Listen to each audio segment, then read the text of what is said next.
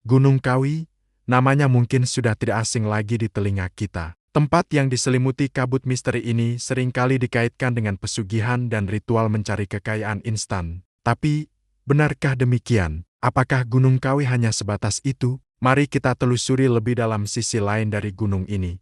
Sisi spiritual yang mungkin belum banyak orang ketahui. Banyak yang datang ke Gunung Kawi dengan harapan bisa kaya mendadak. Cerita-cerita tentang orang yang berhasil mendapatkan harta melimpah setelah melakukan ritual di sini sudah menjadi legenda urban. Mulai dari ritual di bawah pohon Dewandaru yang konon sakral, hingga tirakat di makam Eyang Joego dan Eyang Sujono.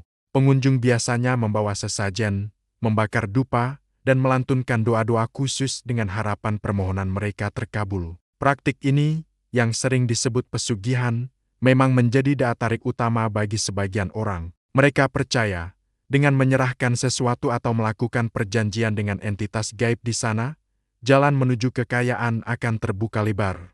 Tapi, seperti dua sisi mata uang, ada harga yang harus dibayar. Konon, kekayaan yang didapat dengan cara ini tidak akan bertahan lama dan seringkali meminta tumbal, baik dari keluarga maupun diri sendiri di kemudian hari. Kisah-kisah tragis tentang orang yang tiba-tiba jatuh miskin atau mengalami nasib sial setelah kaya dari Gunung Kawi juga sering kita dengar, menjadi pengingat bahwa tidak ada jalan pintas yang benar-benar aman. Namun, di balik citra kelam pesugihan, Gunung Kawi sebenarnya menyimpan pesona spiritual yang luar biasa. Bagi banyak peziarah lain, tempat ini adalah pusat pencarian berkah dan ketenangan batin. Mereka datang bukan untuk meminta harta, melainkan untuk mendekatkan diri kepada Yang Maha Kuasa. Fokus utama para peziarah spiritual ini adalah makam Eyang Joego atau Kiai Zakaria II dan Eyang Sujono atau Raden Mas Iman Sujono. Keduanya adalah tokoh bangsawan dari Keraton Mataram yang dikenal sebagai pejuang gigih melawan penjajah Belanda. Setelah perjuangan mereka berakhir,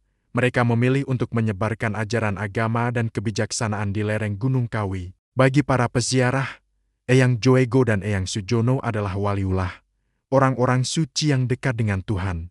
Berziarah ke makam mereka dianggap sebagai bentuk penghormatan atau tawasul, yaitu berdoa kepada Tuhan melalui perantara orang-orang saleh. Harapannya, dengan meneladani semangat juang dan kesalehan mereka, doa-doa yang dipanjatkan bisa lebih mudah dikabulkan. Mereka tidak meminta kekayaan, melainkan kelancaran rezeki yang halal, kesehatan, dan keharmonisan keluarga. Suasana di kompleks pemakaman ini sangat berbeda. Jika di area pesugihan nuansanya terasa magis dan sedikit mencekam, di sini kita bisa merasakan ketenangan dan kedamaian. Lantunan ayat suci dan zikir terdengar syahdu, bercampur dengan aroma dupa yang menenangkan. Banyak orang duduk bersila, tenggelam dalam doa dan kontemplasi. Ini adalah bukti bahwa Gunung Kawi juga merupakan tempat untuk refleksi diri dan pencarian jati diri spiritual. Salah satu ikon yang paling terkenal di Gunung Kawi adalah pohon Dewandaru. Pohon ini dianggap keramat oleh semua pengunjung, baik yang mencari pesugihan maupun berkah. Mitosnya, siapapun yang beruntung kejatuhan daun, buah, atau ranting dari pohon ini, keinginannya akan terkabul. Banyak orang rela bermalam di bawah pohon ini, menanti berkah yang jatuh dari langit. Bagi pencari pesugihan, Dewandaru adalah medium untuk mendapatkan kekayaan. Tapi bagi peziarah spiritual, pohon ini adalah simbol harapan dan anugerah dari Tuhan. Mendapatkan bagian dari pohon ini dianggap sebagai pertanda baik bahwa doa mereka didengar. Perbedaan niat inilah yang membedakan segalanya. Sama-sama menanti di bawah pohon yang sama, tapi tujuan dan hasilnya bisa sangat berbeda. Selain itu, ada juga kelenteng dan vihara di area Gunung Kawi. Ini menunjukkan betapa terbukanya tempat ini terhadap berbagai keyakinan. Keberadaan tempat ibadah yang beragam ini menciptakan suasana toleransi dan akulturasi budaya yang kental. Etnis Tionghoa, misalnya, juga banyak yang datang berziarah. Mereka menghormati Eyang Joego dan Eyang Sujono sebagai sosok leluhur yang bijaksana. Fenomena ini membuktikan bahwa spiritualitas itu universal, melampaui batas-batas agama dan etnis. Jadi, apa sebenarnya Gunung Kawi? Tempat pesugihan atau pusat spiritual? Jawabannya kembali pada niat dan keyakinan masing-masing individu yang datang.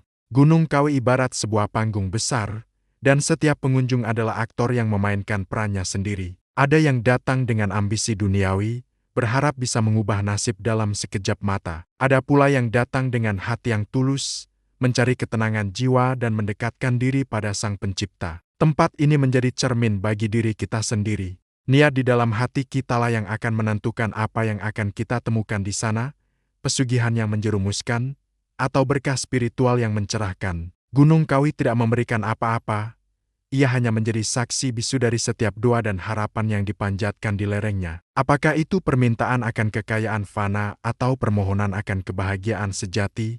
Semua tergantung pada pilihan kita. Bagi saya pribadi, sisi spiritual Gunung Kawi jauh lebih menarik. Kisah perjuangan Eyang Joego dan Eyang Sujono mengajarkan kita tentang kegigihan, pengorbanan, dan pentingnya menyebarkan kebaikan. Tempat ini mengingatkan kita bahwa kekayaan sejati bukanlah materi, melainkan kedamaian hati dan kedekatan dengan Tuhan.